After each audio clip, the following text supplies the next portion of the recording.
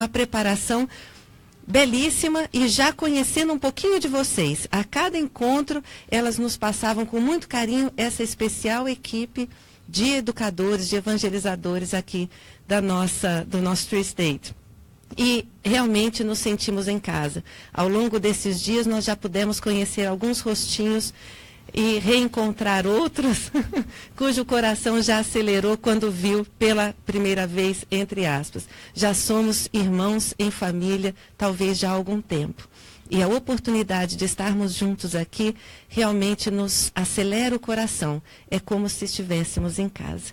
E agradecemos a nossa querida Jussara também, a toda a Federação Americana, por nos acolher com tanto carinho. Nós estamos felizes em família.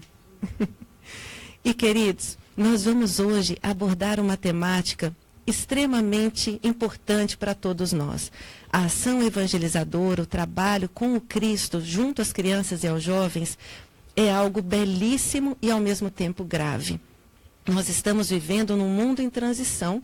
Nós pudemos até já dialogar um pouquinho ao longo das palestras, ao longo dos momentos que estivemos juntos, do momento sensível que a nossa humanidade está vivendo. Nós estamos num verdadeiro canteiro de obras, edificando o mundo de regeneração. Nós estamos nos primeiros segundos após a meia-noite, como nos diz Bezerra de Menezes. E realmente nos chamando. Prefere que eu fique atrás do púlpito? Da câmera? Prefere que eu fique atrás ou na frente? Ok, aqui tá bom? Então tá bom. Fico à disposição. Eu sou super obediente. O que mandar, eu obedeço. Aqui tá bom? Então tá. E nesse momento de construção que nós estamos vivenciando, todos nós somos convidados, convocados a participar dessa edificação. Não é nada simples, mas juntos temos. E nós estamos vivendo um ano extremamente especial, como falávamos também ao longo desses dias, um ano que não vamos esquecermos da comemoração dos 160 anos de Espiritismo na Terra. É sim uma data muito significativa. Não se trata de uma comemoração apenas da publicação de um livro, o Livro dos Espíritos. Se trata da publicação de uma obra que nos expandiu as mentes e corações a ponto de hoje não conseguirmos mais pensarmos como antes pensávamos. Ao conhecer a doutrina espírita, expandimos a nossa consciência sobre o que é ser humano, o que é vida, o que é mundo, o que é tempo, e passamos a priorizar aquilo que realmente importa, para que possamos dimensionar a nossa encarnação e concluirmos essa nossa jornada de forma exitosa, e deixando igualmente a nossa contribuição para o nosso mundo. Então, amigos, nós estamos vivendo uma grande festa de aniversário em família. Bom, né? Então, nós temos muito que comemorar, muito que cantar, dançar em família para a gente poder curtir essa grande comemoração da humanidade. Uma grande transformação de um paradigma da própria humanidade. E nossa proposta hoje é também falarmos sobre o impacto da evangelização na transição desse mundo. É essa a nossa proposta de hoje. E para começarmos, vamos também convidá-los a fazer uma breve viagem e refletirmos um pouquinho sobre um vídeo que nós vamos apresentar agora, que é bem curtinho, mas que vai nos trazer elementos para as nossas reflexões. Apertem os cintos e vamos lá.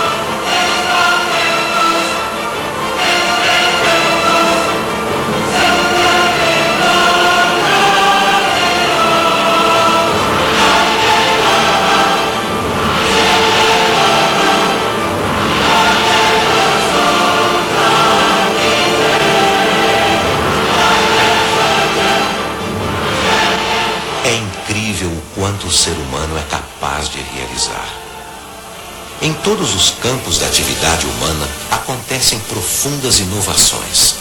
A cada segundo que passa, o homem inventa ou inova algo. Do pequeno e frágil chip de computador, nasce um ilimitado universo digital de possibilidades que tornam a nossa vida muito mais fácil, muito mais ágil. Imagine se pudéssemos, por um instante que fosse, fazer com que toda essa tecnologia trouxesse do passado algumas pessoas muito especiais.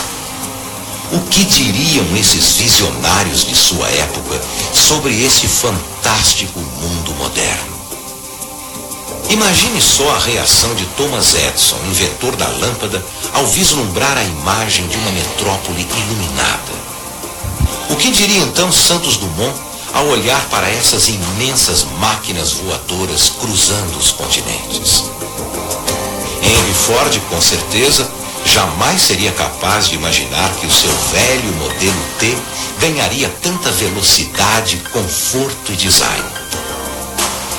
Tente imaginar John Kennedy ao se deparar com algo que foi muito, mas muito mais além do seu sonho de fazer o homem chegar à Lua. É inacreditável, mas todos esses homens viveram nesse século. De 50 anos para cá, o mundo passou e continua a passar pela mais fantástica revolução de toda a história da humanidade.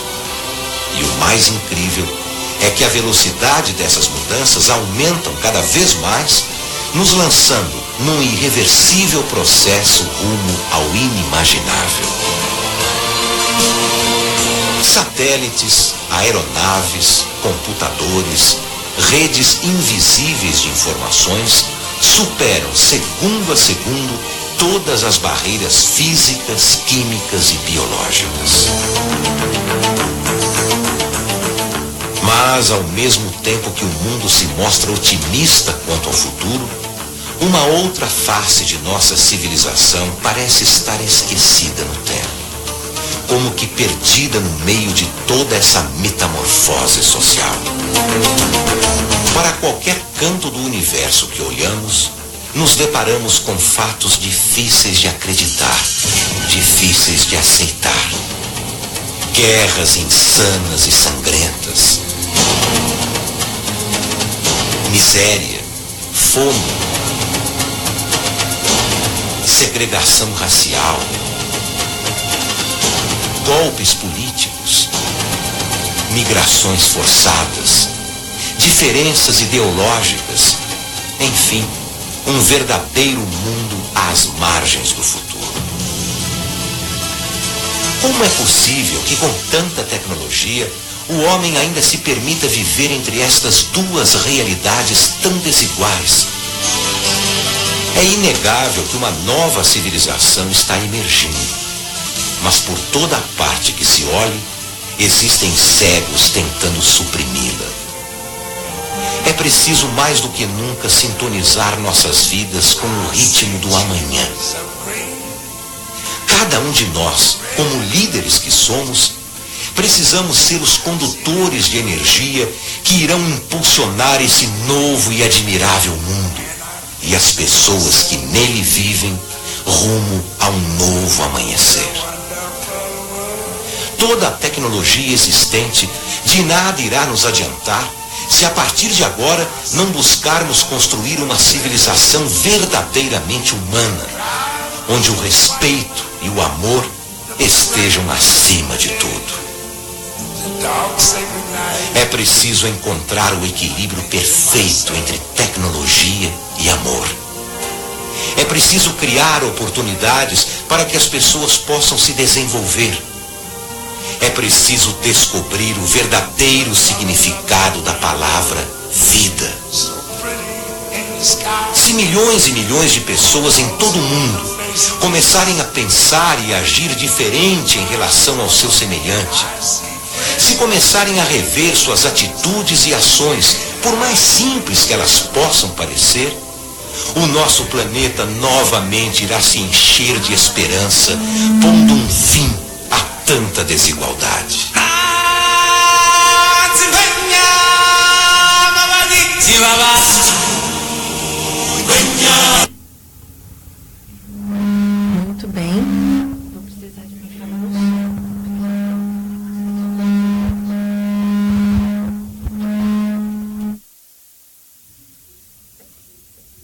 Som, pronto. Voltou ao normal? Pronto. Queridos, todos voltaram?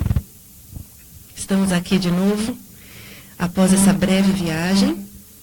E aí agora a gente pergunta para vocês, o que vocês sentiram do vídeo que nós projetamos agora? Porque a proposta nossa agora é um bate-papo, é conversarmos um pouco sobre essa temática. O que chamou a atenção no vídeo que foi projetado?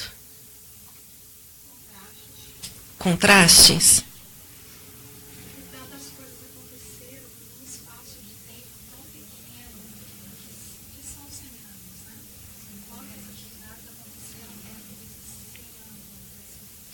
Então, num intervalo de tempo relativamente pequeno, de 100 anos, quanta mudança aconteceu. E, ao mesmo tempo, existe aí um contraste, né? Que tipo de contraste vocês observaram?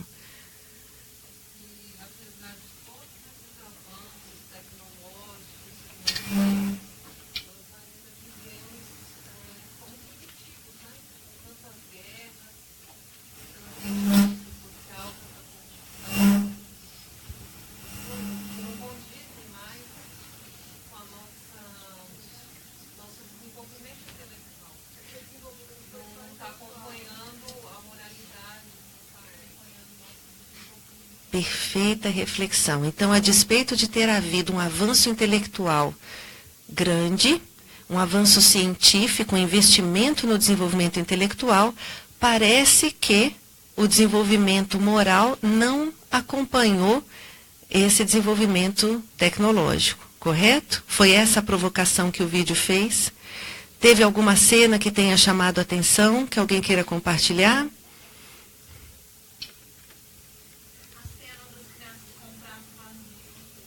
A fome ainda existente no nosso mundo, né? E nós passamos a refletir sobre o nosso papel nesse mundo também. Dificilmente encontramos irmãos que tenham desenvolvido em si o senso de que fazemos parte da mesma família chamada humanidade. E com isso acabamos compreendendo, ou dificultando a compreender, que esses irmãos que hoje passam fome são nossos irmãos, fazem parte da mesma família humana que nós, apenas com a diferença de poucos quilômetros, considerando a imensidade do nosso universo, mas que sim, estamos sendo hoje convocados a ampliar esse nosso olhar. Existe sim uma diferença grande nessa compreensão e parece que, quando refletimos sobre o nosso planeta Terra, existe uma diferença entre aquilo que nós estamos investindo enquanto intelectualidade e enquanto moralidade. Hoje não há mais tempo a perder. Precisamos ressaltar na nossa casa-mãe, na nossa terra, avançou demais, as reflexões sobre como colaborar para a sua evolução. Estamos pensando hoje, será que o nosso mundo está evoluindo se há tanta guerra, se há tanta fome ainda tão evidente, próximo a nós? E o que vocês acham? Estamos evoluindo? Sem dúvida nenhuma. Estamos evoluindo, sim. Agora, não necessariamente a evolução moral tem acompanhado a evolução intelectual. Nós precisamos agora incentivar a evolução moral para que possa acompanhar essa belíssima evolução tecnológica que nós estamos vivenciando. Que bom que a evolução intelectual e tecnológica está acontecendo. Faz parte, inclusive, do planejamento divino. Nós estamos usufruindo hoje de um desenvolvimento tecnológico brilhante, que aproxima distâncias, que nos favorece comunicar com aqueles que amamos, mesmo com as distâncias maiores que poderíamos imaginar. Hoje já é possível graças a esse avanço tecnológico. A facilidade das redes de comunicação, o acesso à luz elétrica, a uma água que sai da torneira da sua casa. Parece que estamos falando algo óbvio? Não é nada óbvio. Hoje, sair água da torneira da própria casa, é um privilégio para muitos quando pensamos em humanidade. E nós estamos sendo convidados a refletir sobre como potencializar a evolução moral para que esse desenvolvimento tecnológico que hoje existe possa chegar a todos e possa se transformar em uma ferramenta em benefício da própria humanidade. Quando investimos em ciência, estamos investindo em desenvolvimento. Mas quando investimos em consciência, nós estamos investindo em sustentabilidade da própria humanidade. Porque podemos sim utilizar a nossa inteligência contra a própria humanidade. A inteligência por si, ela é uma ferramenta neutra. Podemos utilizá-la para o bem ou não. E é a consciência e o senso moral que vai favorecer com que possamos direcioná-la para o benefício da própria humanidade. Há uma mensagem belíssima de Emmanuel, salvo engano, em Caminho, Verdade e Vida, que fala sobre a ciência e o amor. E mostra exatamente esses dois polos de investimento que a humanidade vem conduzindo de uma forma bonita, mas que sem o amor para direcionar a inteligência, podemos estar gerando prejuízos para a própria humanidade. A mesma caneta que assina a libertação de um povo pode também autorizar uma bomba atômica. A mesma bomba que pode ser utilizada para abrir estradas e unir povos, ela também pode ser utilizada para destruir uma comunidade inteira. Então, é a moralidade que vai dar sentido ao conhecimento, à intelectualidade. E essa reflexão faz com que passemos a compreender que o investimento a que todos nós somos convocados hoje é o investimento moral. Nós temos investido muito em informação e pouco em formação. Muito na ciência e pouco na consciência. E a nossa convocação atual é exatamente para que possamos avançar. Essa preocupação não perpassa apenas o mundo religioso, o mundo das ideias que envolve a espiritualidade como um todo. Essa preocupação hoje já tem sido reforçada e pensada por muitos pensadores no mundo acadêmico e nas áreas que envolvem direitos humanos como um todo. Esse nosso projetor, às vezes, avança um pouquinho, peço desculpas. E aqui, uma breve reflexão da nossa querida Mafalda, e ela recebe um amiguinho, Felipe, em casa e fala assim, fala baixinho que tem um doente aqui em casa. O seu pai está doente? Não. A sua mãe? Também não. E ela vai mostrar o nosso planeta Terra enfermo. E aí ela sai com ele pela rua para passear e encontra uma farmácia. E aí fala, bom dia, moço, você pode me dizer se já saiu alguma vacina contra o mau caráter? Seria tão fácil, né? E ela sai frustradíssima da farmácia. A ciência ainda tem muitas lacunas para preencher, Felipe. Muitas lacunas. Há pontos que a ciência não pode entrar. Há pontos que são de ordem moral, da ordem do ser humano.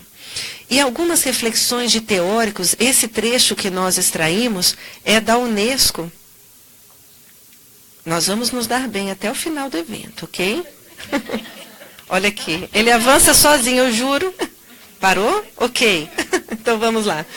Apesar da disponibilidade dos conhecimentos e instrumentos que permitiriam melhorar consideravelmente a qualidade de vida de toda a humanidade, tais instrumentos não têm sido aplicados, nem esses conhecimentos são ensinados com uma preocupação de equidade, resultando em um processo no qual nunca anteriormente na história a humanidade havia produzido tanta riqueza e nunca também ela engendrou tamanhas desigualdades.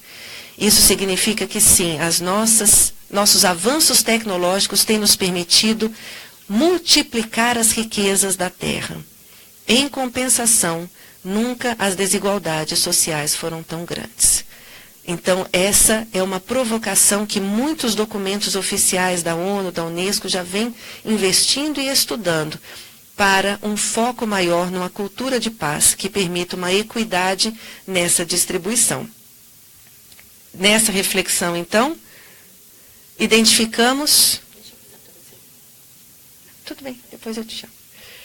Nessa reflexão, então, nós identificamos um contexto em que vemos muitas pessoas, mas não necessariamente identificamos a humanidade. E no Livro dos Espíritos, na questão 780, Kardec já havia perguntado aos espíritos: o progresso moral acompanha sempre o progresso intelectual?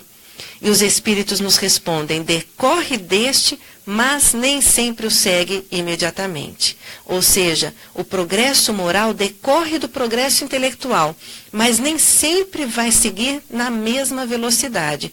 É como se o avanço intelectual estivesse em progressão geométrica e o avanço moral em progressão aritmética. Os ritmos estão diferentes, mas precisamos agora, nesse momento de área, investir no avanço moral.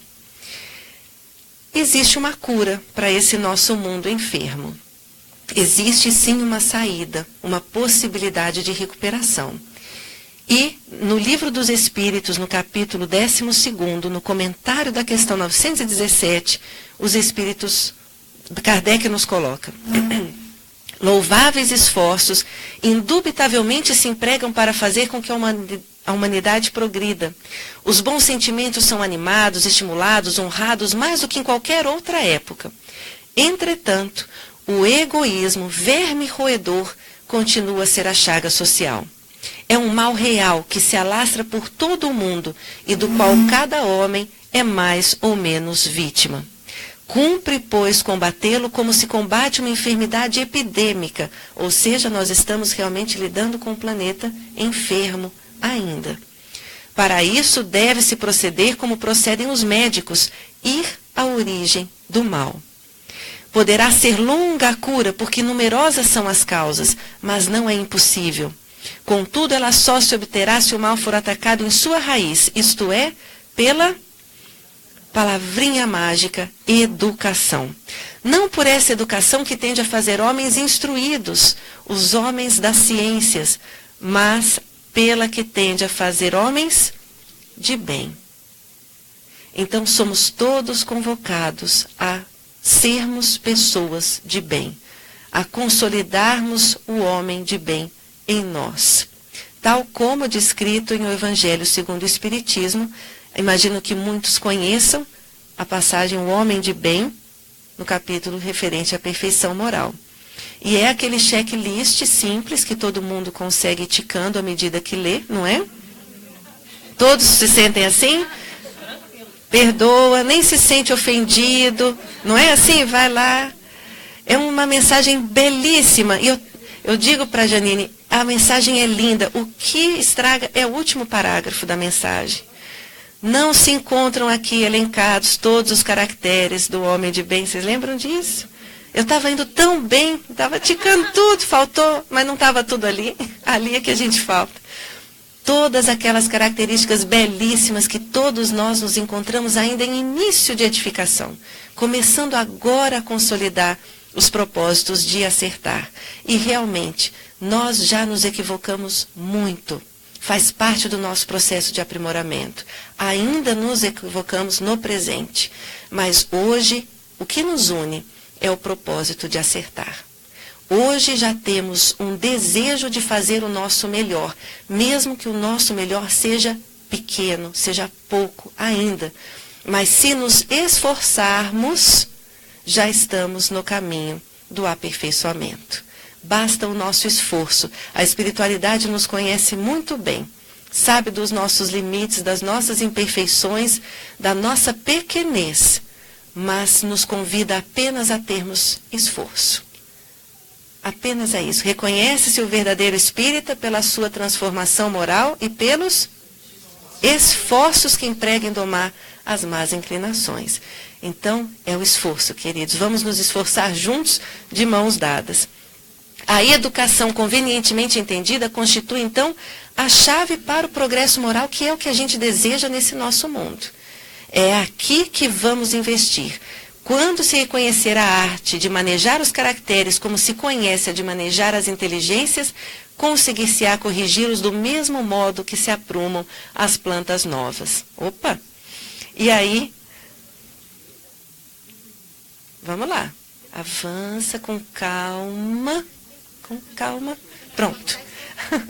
Faça-se então com o moral o que se faz com a inteligência e ver-se-á que se algumas naturezas são refratárias, muito maior do que julgamos é o número das que apenas reclamam boa cultura para produzir bons frutos. Se conseguirmos investir no aspecto moral tanto quanto temos investido no aspecto intelectual, logo, logo o nosso mundo vai se transformar num mundo pleno e legítimo de regeneração. Muito bem. Como fazer isso? Como investir no aspecto moral? Qual é a nossa matéria-prima? E quem nos auxilia nessa reflexão e nos apresenta de uma forma muito carinhosa é o nosso querido Dr. Bezerra de Menezes, numa mensagem belíssima no livro Espírito da Verdade. Quem já leu esse livro Espírito da Verdade? Fica a dica. É uma obra belíssima, com várias histórias e reflexões de diversos espíritos, e essa é uma delas que a gente gostaria de compartilhar com vocês. Opa! Deixa eu ver aqui.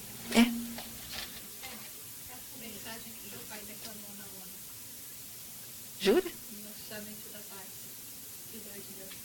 Explica, mostra pra gente. No ano 2000, a ONU, né, fez um evento convidando a todos os representantes religiosos da Terra. E vieram, então, representantes das várias regiões, assim, tipo Dalai Lama, essa coisa toda, e foram convidados para representar a doutrina espírita, Divaldo Pereira Franco, e, na época, o atual presidente, vice-presidente da FEB, que era Juvenir Borges, e Nestor Mazotti, que é o pai da Miriam. E eu entrei de gaiata no navio, porque como foi em Nova York, era perto de casa, já conhecendo o Nestor e a Marioni, então eu tive a oportunidade de participar de algumas dessas reuniões. E na reunião em que foi, inclusive, além da palestra do Divaldo, que foi cedida a dar a palavra ao representante da doutrina espírita que iria falar, esse representante foi, então, o Nestor Mazotti. Ele veio, tomou do microfone e falou, e declamou essa mensagem, esse poema. Ai, eu não posso nunca resistir. Não sabia. Que sintonia, hein? Que bonito. Então, estamos aqui já em sintonia, nesse novo momento, conhecendo e sentindo a beleza dessa mensagem do nosso Bezerra. O nosso mundo está repleto de ouro. Ouro no solo, ouro no mar, ouro nos cofres.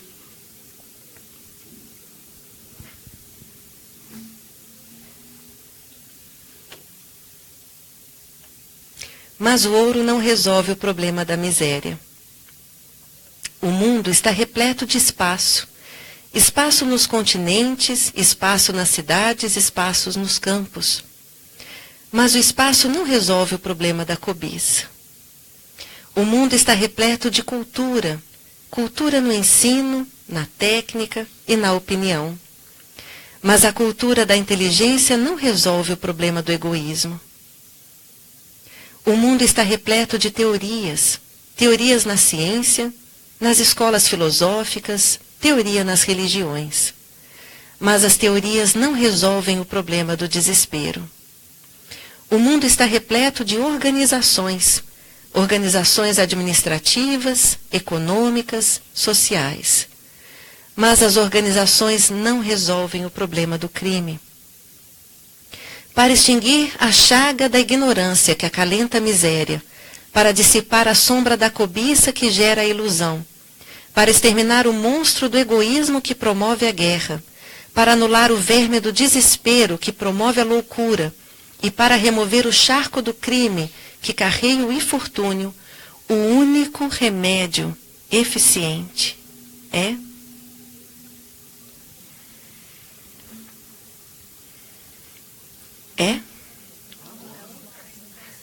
o amor, a educação. E se juntarmos o amor e a educação, o único remédio eficiente é o Evangelho de Jesus no coração humano.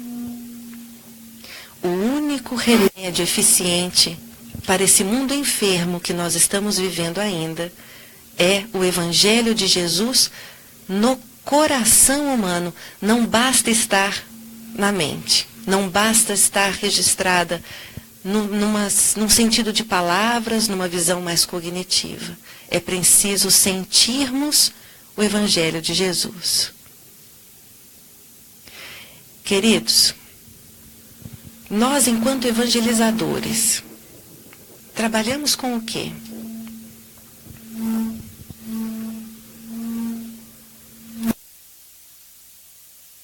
Trabalhamos com quem? Com espíritos imortais.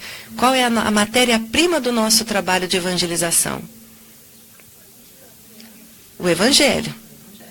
O Evangelho de Jesus aonde? Na mente humana?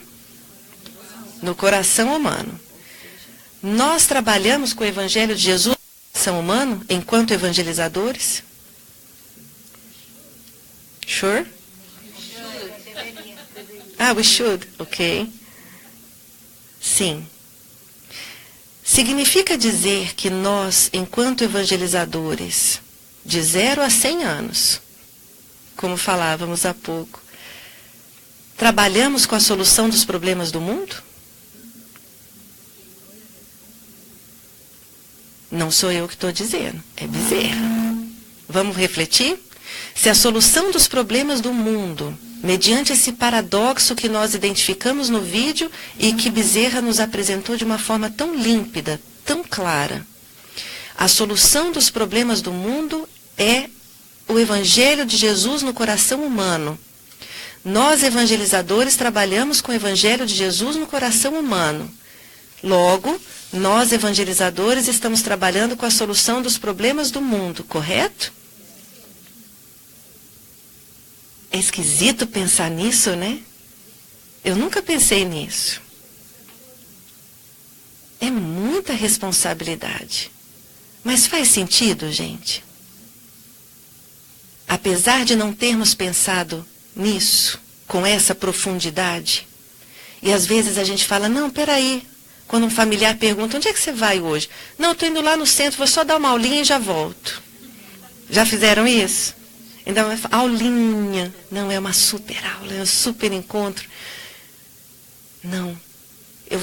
Na próxima vez que te perguntarem, onde é que você vai agora? Não, eu estou indo lá no centro, colaborar com a solução dos problemas do mundo e volto já já. Tá bom? Tá certo, não tá? Queridos, sim.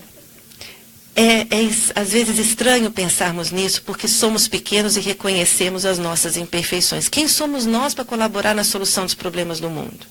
Somos nós, imperfeitinhos. Mas se já nos predispusemos a evangelizar, a educar esses corações infanto-juvenis, aproximando-os da mensagem de Jesus, que é um roteiro libertador e seguro, nós estamos colaborando com a solução dos problemas do mundo. Nós estamos trabalhando com o ideal de transformação da humanidade. E isso ninguém tira de nós. É isso que nos fortalece para bem servir, apesar de sermos, sim, pequenininhos. O fato de colaborarmos com a solução dos problemas do mundo não nos torna melhores nem maiores do que ninguém. Muito pelo contrário, nos torna aprendizes, servidores, para sempre. Mas lembremos-nos disso. Vamos dormir hoje elaborando essa informação? Agentes de transformação do mundo? Colaboradores da humanidade nova. Sejamos assim valorosos, estendendo a doutrina espírita que desentranha da letra na construção da humanidade nova, que é o que todos nós estamos buscando. Irradiando a influência e a inspiração do Divino Mestre pela emoção e pela ideia, pela diretriz e pela conduta, pela palavra e pelo exemplo. Não bastam apenas as belas palavras, será-nos exigido o exemplo, a prática diária.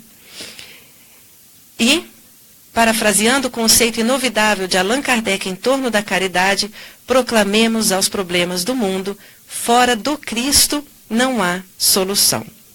Então nós estamos vivendo um grande convite a expandir a doutrina espírita, a irradiar a verdade do Cristo e o amor do Cristo, aproximando-os dos corações das crianças e dos jovens, fortalecendo-os para a jornada reencarnatória que enfrentarão e que serão, sim, convidados a viver. A máxima do Cristo, amor a Deus, amor ao próximo e amor a si mesmo. Nesse ensinamento está a grande diretriz e a grande tarefa que todos nós assumimos ao chegarmos no nosso mundo. Nós estamos exatamente em aprendizado para sermos felizes, aprendendo o que é o amor na sua essência, de forma legítima. Esse é o grande exercício que todos nós nos assumimos. E conseguiu ver o áudio? Muito bem. A partir disso, então, nos lembramos do grande convite, ide e evangelizai a todas as gentes. Esse o convite que o Cristo nos fez para que possamos avançar. Vocês receberam aí na pastinha de vocês uma contribuição, um folder pequenino, singelo, que é resultado, inclusive, de um estudo realizado com as lideranças de infância e juventude das 27 unidades federativas do Brasil. Esse folder aqui, ele é a síntese de 2 documentos orientadores que foram construídos coletivamente, de modo impessoal e comum, com as 27 federativas, os 20 do nosso Brasil.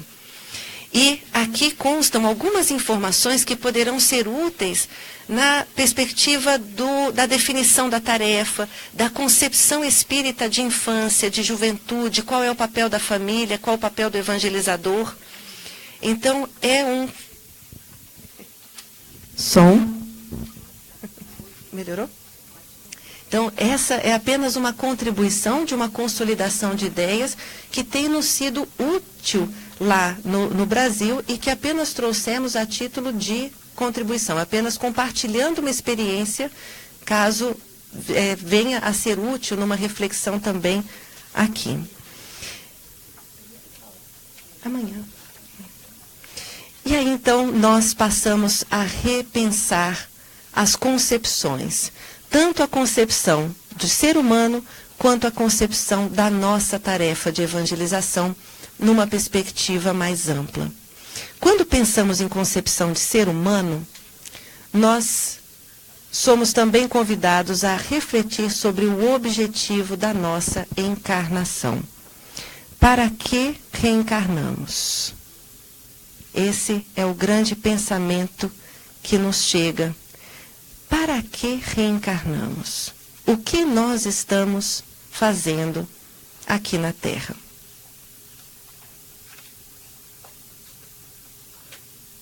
Alguém adivinha? Alguém arrisca? Para aprender, para evoluir, para progredir. Todos nós reencarnamos com essa tarefa clara, né? Nós vamos hoje apresentar agora para vocês também um pequeno vídeo. A equipe de Newark assistiu esse pequeno vídeo conosco para que possamos entrar agora numa outra viagem. Não mais uma viagem do nosso planeta Terra, mas uma viagem para nós, para dentro de nós mesmos. Nós vamos aqui passar para vocês esse singelo vídeo, 1 minutinho. Será que...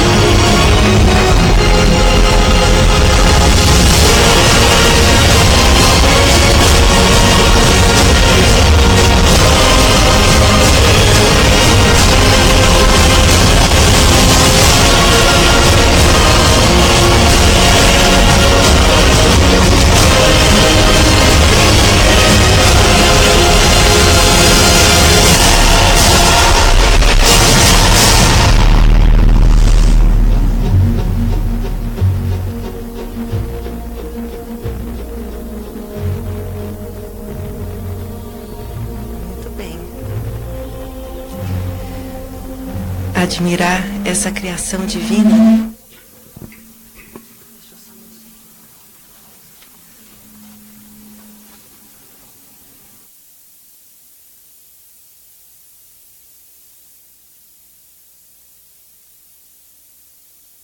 Muito bem.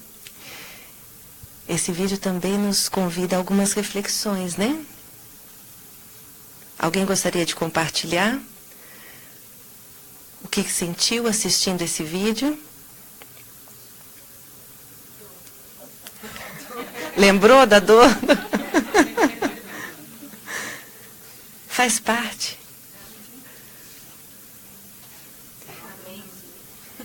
Fantástica a criação divina, né? Quantos detalhes na organização de um corpinho tão pequenininho que nos chega aos colos, né? A perfeição da criação divina, favorecendo a encarnação de um espírito para uma nova jornada. E ao assistir esse vídeo, realmente nos emocionamos ao perceber que há toda uma organização biológica favorável para que esse espírito venha cumprir aquilo que veio fazer na Terra. E que para que isso tudo acontecesse, uma zelosa equipe anônima preparou os detalhes da composição biológica, do contexto histórico-cultural, do núcleo familiar que esse espírito reencarnará, para poder cumprir com as tarefas e com aquilo que veio desenvolver na presente encarnação.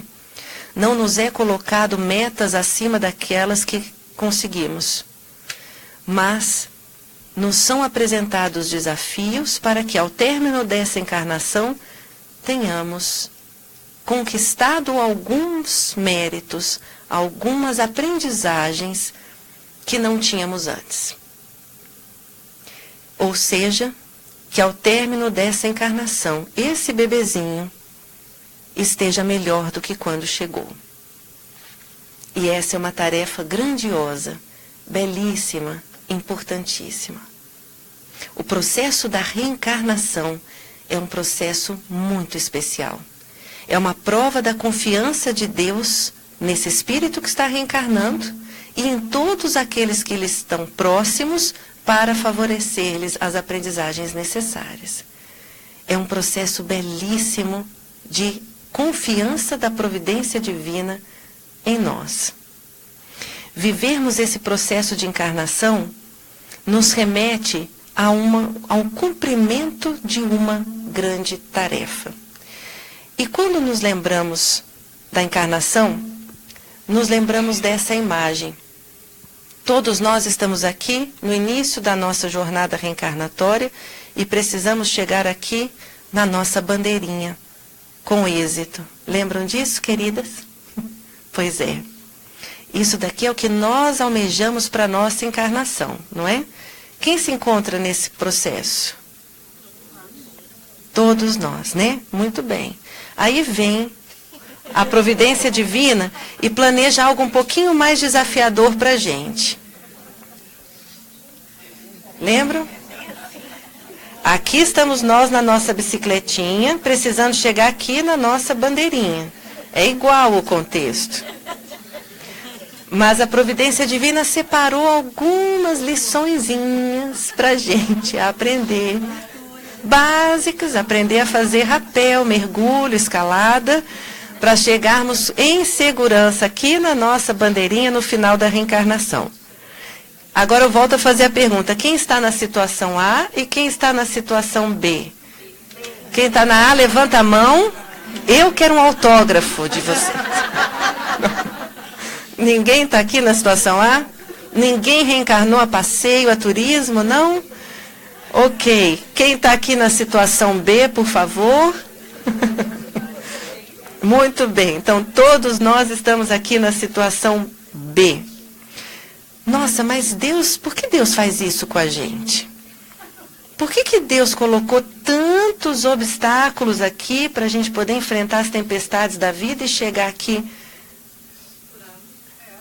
Por amor a nós. Como é que nós chegaríamos aqui? E como é que nós chegaríamos aqui? Qual a diferença? Muito criativo. Muito criativo. A bicicletinha está aqui. Vamos todos de bicicleta, ok? Muito bem.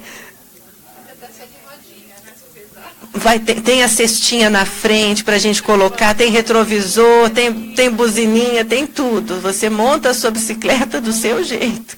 Mas vamos todos de bicicleta. Mas, queridos, em que condições pessoais nós chegaremos nessa bandeira? Nós chegaríamos nessa bandeira? E em que condições pessoais nós chegaremos na bandeira de baixo? Em qual contexto nós chegaremos mais fortes? Com melhor resistência física, com mais aprendizado no contexto B. Por isso Deus, por amor, nos coloca no contexto B. Assim como o pai amoroso, ele quer o melhor para os seus filhos. Assim como nós queremos o melhor para os nossos filhos. E queremos que os nossos filhos cresçam, aprendam, se desenvolvam. Deus também quer isso para cada um de nós. E sim, chegaremos aqui na bandeirinha B, exitosos, com sucesso, tendo superado tudo e aprendido em situações muitas vezes intransponíveis. Fala, nossa, mas como é que eu vou superar esse desafio? Sim, nós vamos superar todos os desafios. Se Ele nos tirasse essas provas, nos tiraria também a oportunidade de crescimento e de aprendizado. Assim como nós não podemos tirar as provas dos nossos filhos, que deverão passar por essas experiências. Vamos lá. Porque eu acho que a gente, assim, não falando como evangelizadora, mas como mãe, a gente às vezes até sente orgulho de refletir e falar, nossa, passei por esse buraco, atravessei essa ponte e tal. Mas não sei porquê, com todo esse orgulho de passar por isso e se sentir mais forte com isso, a gente fica querendo desenhar aquela linha reta para os nossos filhos. Eu fico, meu Deus, eles não vão aprender nada se a gente fizer essa linha para eles. Exatamente, linda essa reflexão. Qual o seu nome, querido? Boni. Perfeita essa reflexão. Se nós realmente apresentarmos um mundo de linha reta, os nossos filhos não vão crescer, não vão se desenvolver, não vão aprender.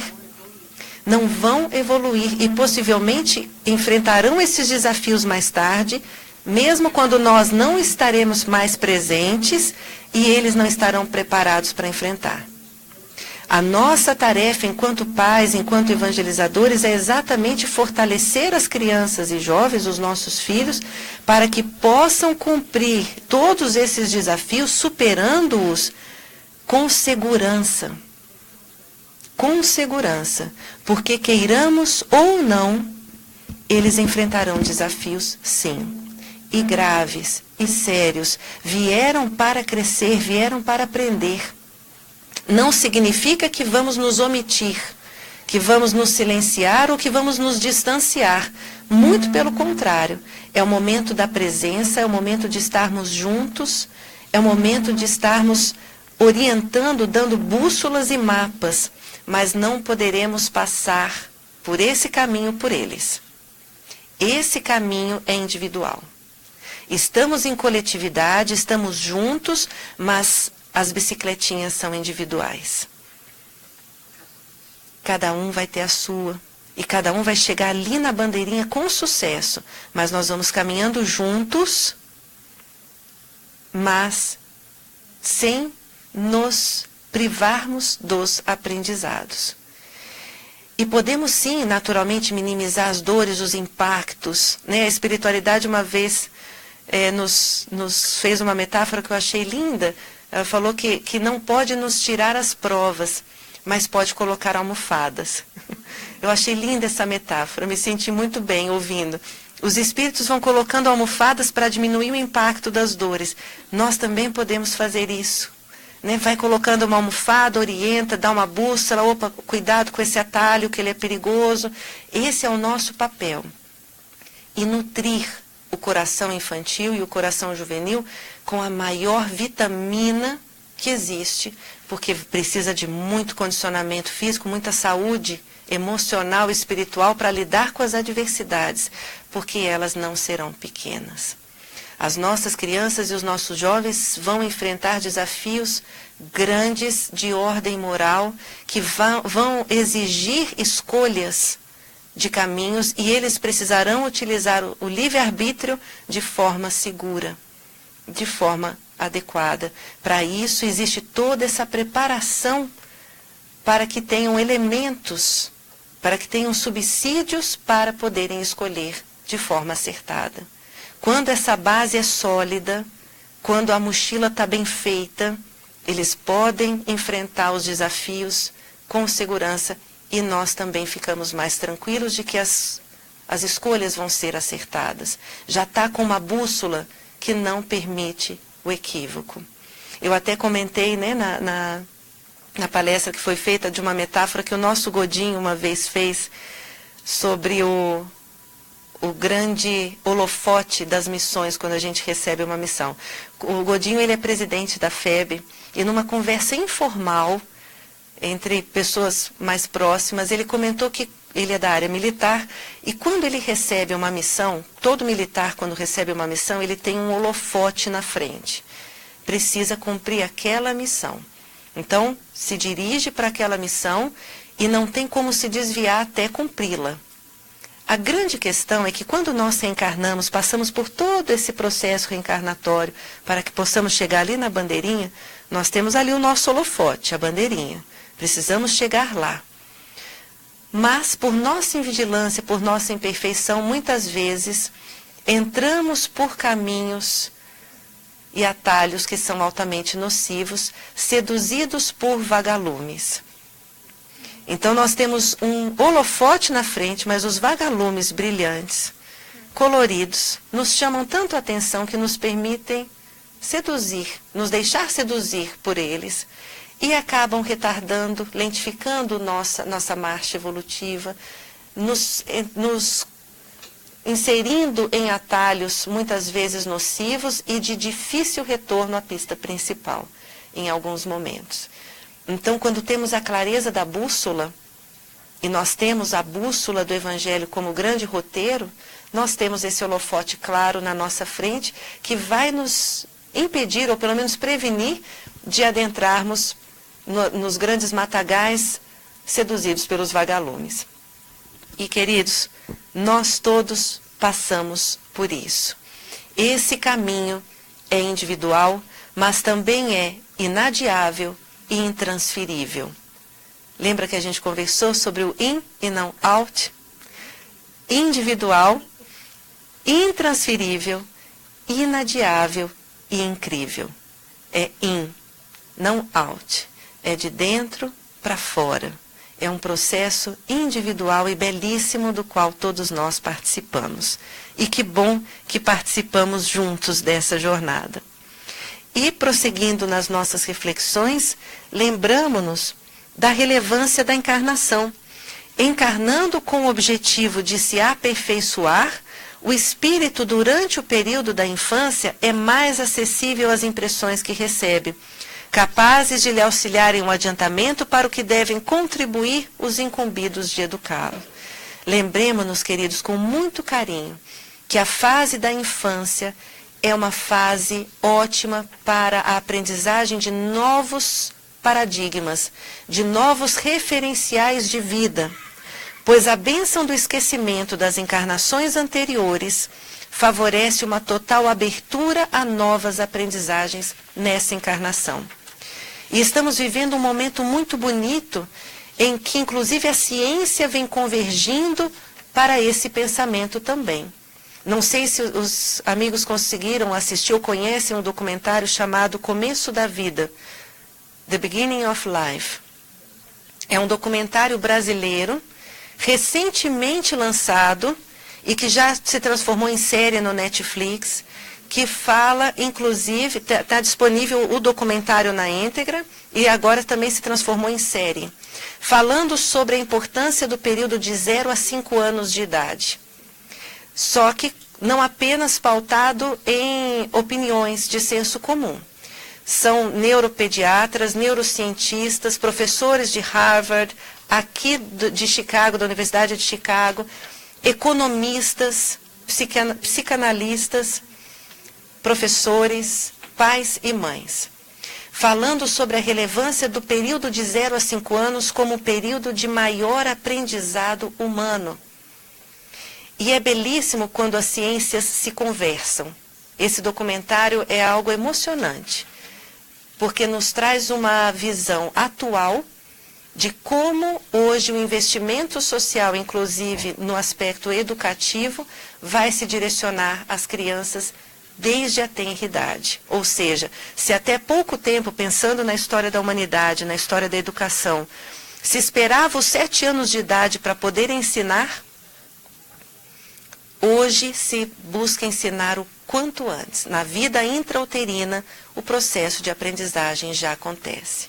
Nós vimos agora, nesse vídeo, nessa pequena viagem, da constituição do organismo físico, do organismo humano.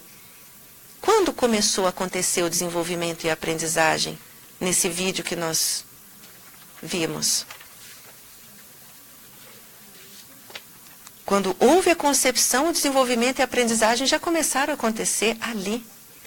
A despeito de estático por fora, quando se pensa numa gestação, é altamente dinâmico por dentro.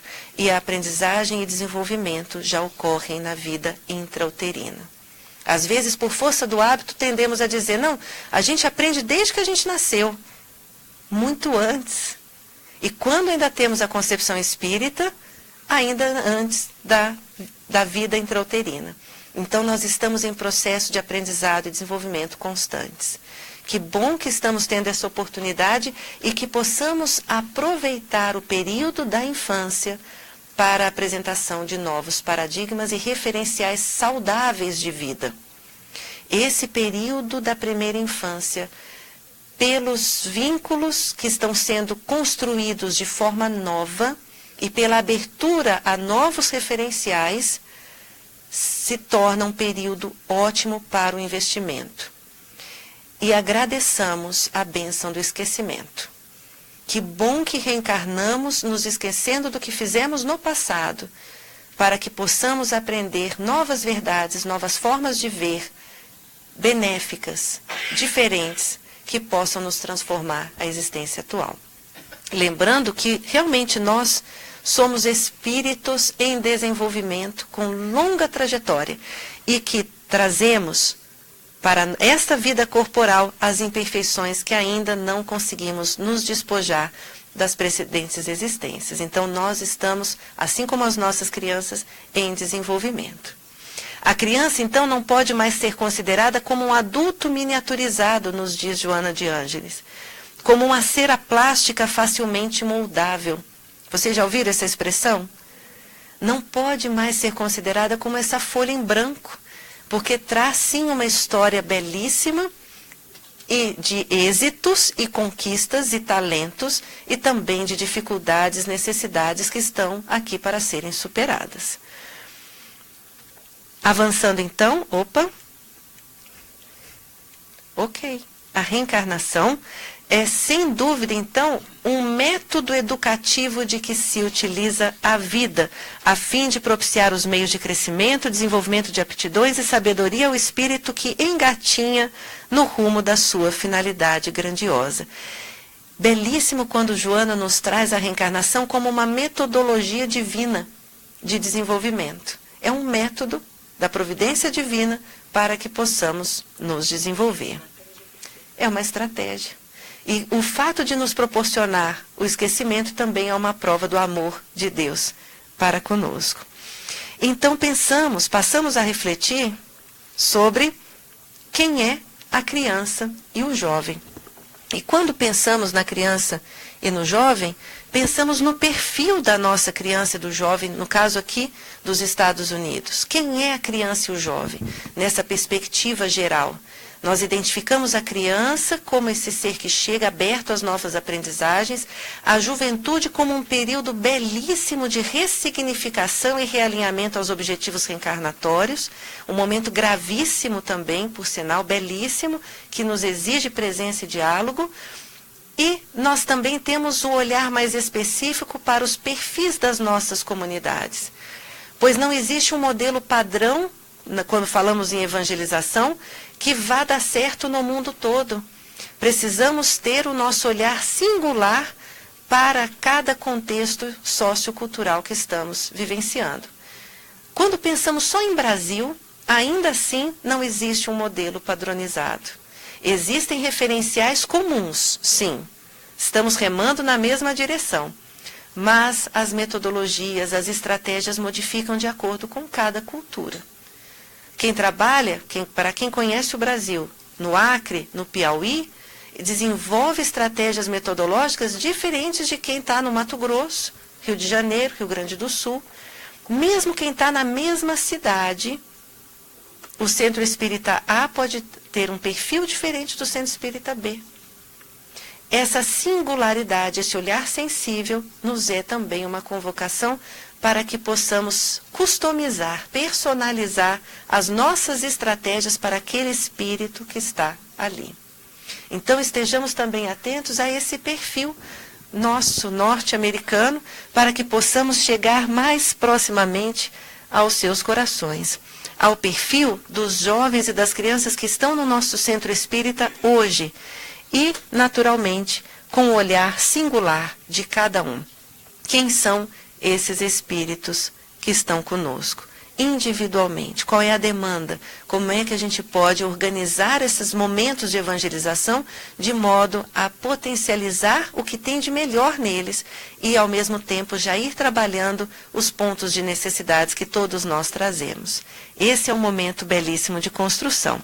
E nos lembrando, quando pensamos nas crianças e nos jovens, que estamos diante também de uma nova geração em construção. Para aqueles que já tiveram a oportunidade de ler na Gênese, a geração nova, quem já leu aqui? Levanta a mão. É uma mensagem belíssima. Para facilitar, é a última mensagem do livro A Gênese. E fecha com chave de ouro. Eu costumo brincar que realmente é o grande finale da Gênese, porque traz-nos realmente reflexões sobre o nosso cenário atual, mostrando que realmente estamos recebendo espíritos que já estão mais propensos ao bem, outros são espíritos já antigos, mas que já estão desenvolvendo em si também o desejo de melhorar, mas também estamos vivendo uma transição do planeta que nos convoca a reflexões e ações coerentes com o mundo de regeneração.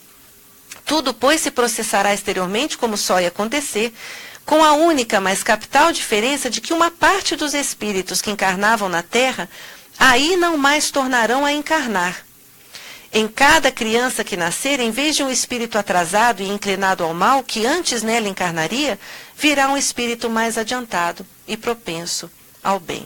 Não estamos falando de espíritos perfeitos, estamos falando de espíritos propensos ao bem. E não é que serão expulsos da escola chamada Terra por uma ação de maldade, punição. Não. Apenas por uma questão de compatibilidade. Nós estamos num mundo de provas e expiações, nos migrando já internamente para um mundo de regeneração, nós estamos nos transformando num mundo de regeneração. Aqueles que pensarem, sentirem e agirem em conformidade com o mundo de regeneração, ficam no mundo de regeneração. Aqueles que insistirem em ainda trazer inclinações para o mal, em provocar o mal, simplesmente vão ser convidados a ir para um outro local compatível com o seu nível evolutivo. Não se trata de uma punição, se trata apenas de uma compatibilidade de mundos. Por isso nós estamos sendo convocados a pensarmos como mundo de regeneração, para podermos voltar aqui na Terra e permanecermos na nossa Terra como mundo de regeneração. A época atual é de transição, confundem-se os elementos das duas gerações. E eu imagino que vocês estejam sentindo isso também nas atividades de evangelização. Colocados no ponto intermédio, assistimos à partida de uma e a chegada da outra, já se assinalando cada uma no mundo pelos caracteres que lhes são peculiares. Então, no mesmo grupo de evangelização, nós identificamos espíritos já mais propensos ao bem, outros mais sensíveis, outros já altamente intelectualizados, mas não necessariamente moralmente avançados, que também nos exigem presença e orientação desde cedo. Nós estamos encontrando um mix evolutivo dentro da nossa própria rede de convívio mais próximo, seja nosso núcleo familiar, seja nosso núcleo institucional, seja quem trabalha em instituição educativa. Nós estamos lidando com esse grande mix e também nos convidando a lidarmos proativamente com essa diversidade e não nos eximirmos do processo da evangelização. mesmo, porque nós já ouvimos ao longo desse processo também, não, mas ele é muito inteligente, já é um espírito muito avançado. Por vezes intelectualmente o é, mas se reencarnou na Terra tem as suas necessidades. E nem sempre, como vimos, o moral acompanha o avanço intelectual que todos nós estamos vivenciando. Sejam os que compõem os da nova geração espíritos melhores ou antigos que se melhoraram, o resultado é o mesmo. Desde que trazem disposições melhores, há sempre uma renovação. A regeneração da humanidade não exige, portanto, a renovação integral dos espíritos. Basta uma modificação em suas disposições morais. E é nisso que nós investimos, na transformação das disposições morais, na nossa melhoria. Tudo bem até aí? Todos estão aí? Ok, podemos prosseguir? Então vamos lá. A partir disso, como então fortalecer e preparar as nossas crianças para essa jornada reencarnatória que elas enfrentarão? Podemos fazer algo por elas? Podemos colaborar para que elas cheguem na bandeirinha com sucesso, de forma exitosa? Sim? Como? Mudando paradigmas, apresentando novos referenciais, né? Podemos ser úteis, nós? Como? Como? A gente está fazendo uma transmissão, quando alguém for falar, e a gente precisa só levantar a mão, a gente passa o microfone. Tá certo, por conta da transmissão. Perfeito, perfeito, perfeito. Ok. Então, vou repetir a resposta, ok? Também para facilitar. Então, foi nos dito que sim, que podemos auxiliar, mudando paradigmas, apresentando novos referenciais. E nós, enquanto evangelizadores nos centros espíritas, podemos também colaborar? Sim, e como? Né? Fortalecendo também as famílias, as crianças e os jovens para essa jornada. Para que nasci? Para onde vou? O que vai ser importante na minha vida? São perguntas que as nossas crianças hoje já se fazem. E é interessante quando nós podemos refletir sobre como orientá-las nas respostas mais adequadas. Qual, então, o significado da doutrina espírita para cada um de nós? A nossa doutrina pode colaborar para que as crianças e jovens também evitem os vagalumes da vida? Sim? Essa pergunta foi feita numa enquete virtual para jovens em 2013. E teve uma jovem que nos deu um verdadeiro presente em uma das respostas que nós pudemos identificar. É uma jovem de 17 anos do Nordeste brasileiro. E ela nos diz o seguinte, volta, a Fernanda, 19 anos, isso, 19 anos. Ela disse o seguinte, falei 17, né? 19. Eu me imagino em um quarto muito, muito, muito escuro. Tento de algumas formas conseguir enxergar, mas eu não consigo. Aí, de repente, se acende uma lâmpada que me mostra o quanto o quarto está bagunçado, desorganizado, tudo fora do lugar. A lâmpada não vai arrumar essa bagunça para mim, mas ela me mostrou o quanto eu tenho que fazer. A doutrina espírita é a minha lâmpada. Essa jovem, Fernanda, espero um dia conhecê-la, para abraçá-la, nos deu de uma forma tão simples, tão autêntica, bem no estilo jovem, uma forma de compreendermos o impacto da doutrina espírita nas nossas vidas.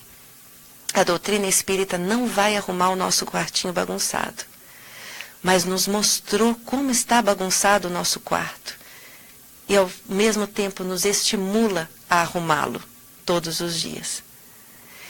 Dessa mesma forma, a doutrina espírita é a nossa lâmpada, porque trabalhamos sim com uma obra-luz, com um livro-luz, com algo que realmente nos permite vivenciar e conhecer conceitos como imortalidade da alma, pluralidade das existências, pluralidade dos mundos habitados, comunicabilidade dos espíritos, a lei de amor.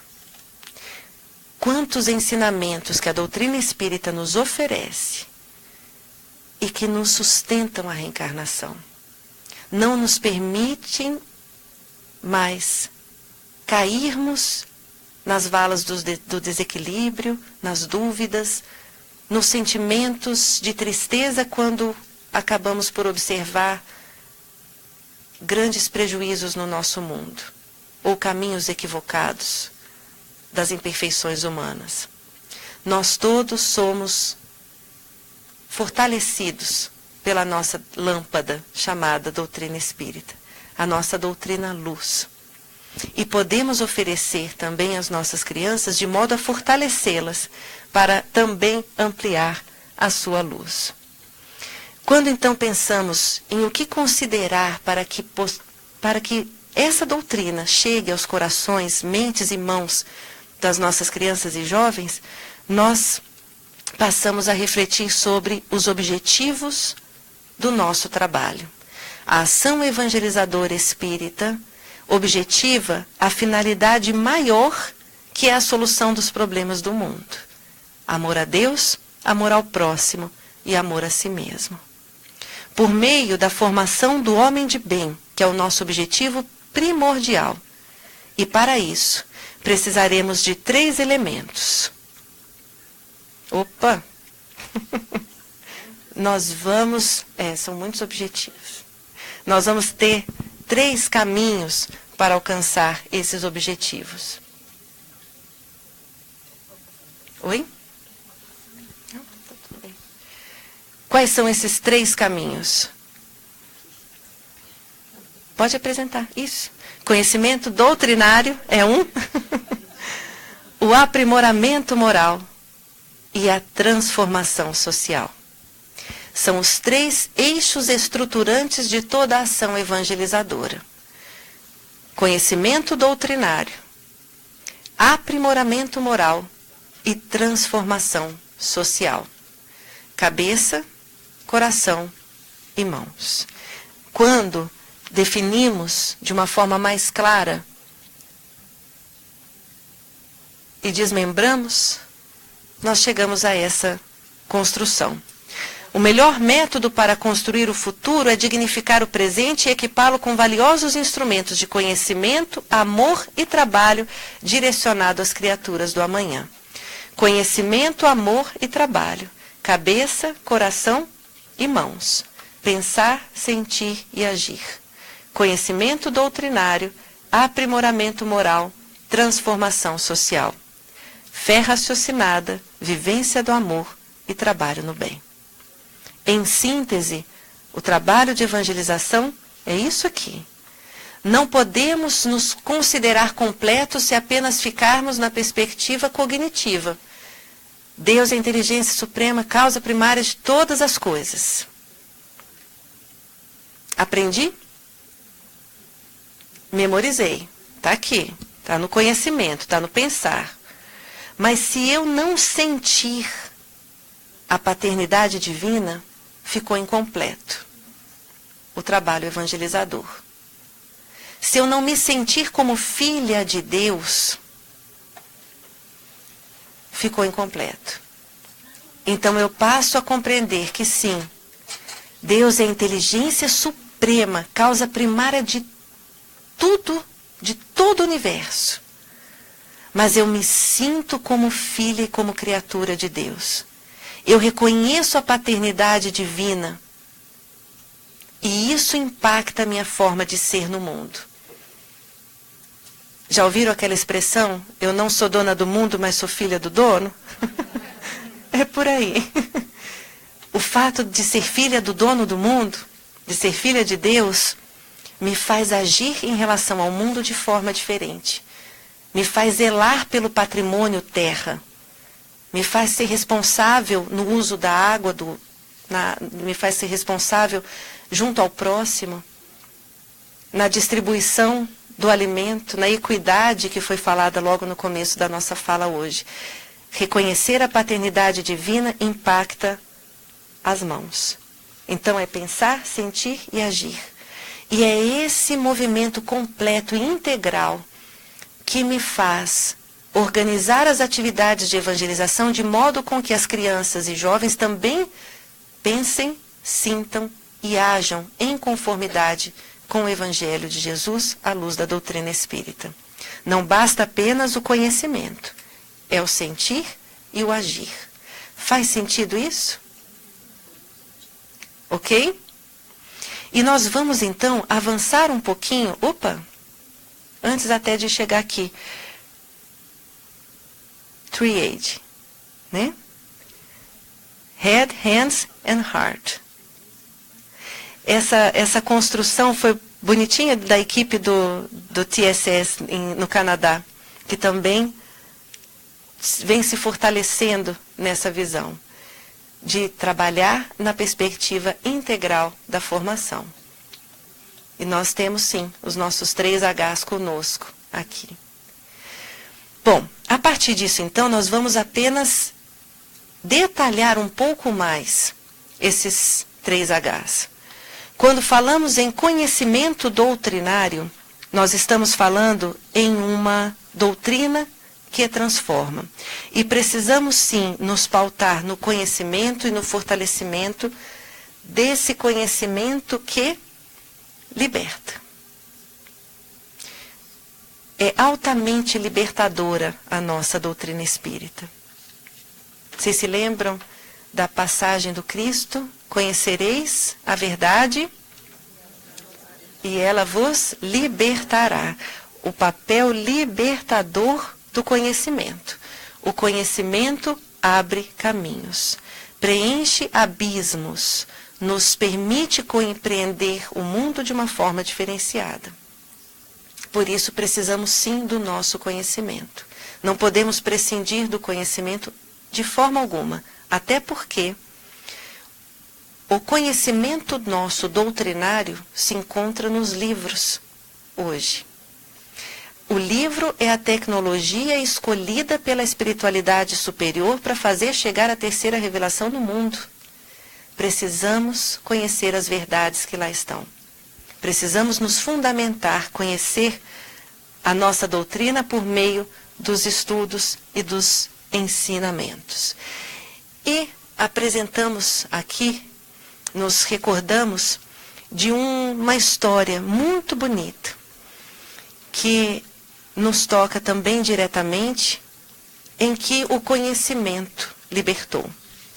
Trata-se de uma história narrada por Hilário Silva, no livro também do Espírito da Verdade, e consta que Allan Kardec, em 1860, ou seja, 3 anos após o lançamento de O Livro dos Espíritos, se encontrava em seu apartamento em Paris, bastante reflexivo, acabrunhado, preocupado, quando recebeu ao seu lado Amélie Boudet, segurando um pacote. Sua esposa havia recebido um embrulho e entregou-lhe as mãos. E Kardec abriu o pacote e percebeu que se tratava de uma obra encadernada, muito bonita. Viu que tinha uma missiva, abriu a carta e começou a ler o que lá estava escrito. E lá dizia que havia, vou tentar expressar de forma próxima as palavras que lá estavam. Senhor Allan Kardec, sou Joseph Perrier. Moro em Paris. Há alguns anos me casei com aquela que seria a mulher da minha vida. Vivíamos felizes. Mas, há pouco tempo, ela foi acometida por uma doença que a levou à morte. Não compreendi e não suportei a dor. Entrei num quadro de desespero E por muitas vezes namorei o Senna, procurando as vias do suicídio. Seria fácil, não sei nadar. No trabalho, meu chefe já havia me ameaçado a dispensa e não encontrava mais sentido para a vida. Até que certa noite, quando a dor me chegou de forma mais forte, fui à Ponte Marie e me apoiei para pular. Quando do peitoril caiu algo nos meus pés. Agachei-me entre curioso e enraivecido. Percebi que se tratava de um livro. Fui a um poste mais próximo. Abri. E lá estava escrito: esta obra salvou a minha vida. Leia-a e salve a sua também. Assinado Laurent. Esta obra era o Livro dos Espíritos. Li o livro e o remeto às mãos de quem o escreveu, agradecendo a todos os que contribuíram para a sua publicação. E quando Kardec pegou o livro que estava ricamente encadernado, ele era encadernador, Joseph Perrier, abriu o livro e realmente viu aquele breve bilhete: esta obra salvou a minha vida. Leia-a e salve a sua também. Mas viu que logo abaixo havia mais um complemento: esta obra também salvou a minha vida. Deus abençoe a todos aqueles que colaboraram com a sua publicação. Assinado Joseph Perrier. Consta que Kardec, ao terminar de ler essa missiva, enxugou uma lágrima, levantou-se, olhou por sua janela de Paris, as crianças, jovens, idosos passeando pelas ruas. Respirou. Agradeceu a Deus a oportunidade da obra e, feliz por ter salvo 2 vidas, continuou a escrever as demais obras da codificação. O conhecimento liberta. O conhecimento salvou 2 vidas em 1860. Salvou muitas mais até agora. E certamente salvará muitas outras. E nos salva todos os dias. Quando pensamos na obra kardeciana, quando pensamos nessa obra belíssima do Livro dos Espíritos, nós estamos falando de um conhecimento libertador.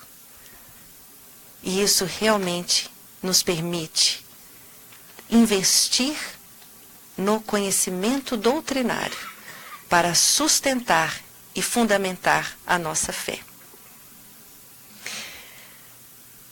O Espiritismo vai então proporcionar o conhecimento das coisas, fazendo com que o homem saiba de onde veio, para onde vai e por que está na Terra. De forma lógica, favorecendo-nos o conhecimento para podermos prosseguir com segurança. Por isso, o primeiro eixo integrador do nosso trabalho é o conhecimento doutrinário. E avançando, lembremos-nos de que fé inabalável só é a que pode encarar frente a frente a razão em todas as épocas da humanidade. Precisamos da razão para sustentar a nossa fé.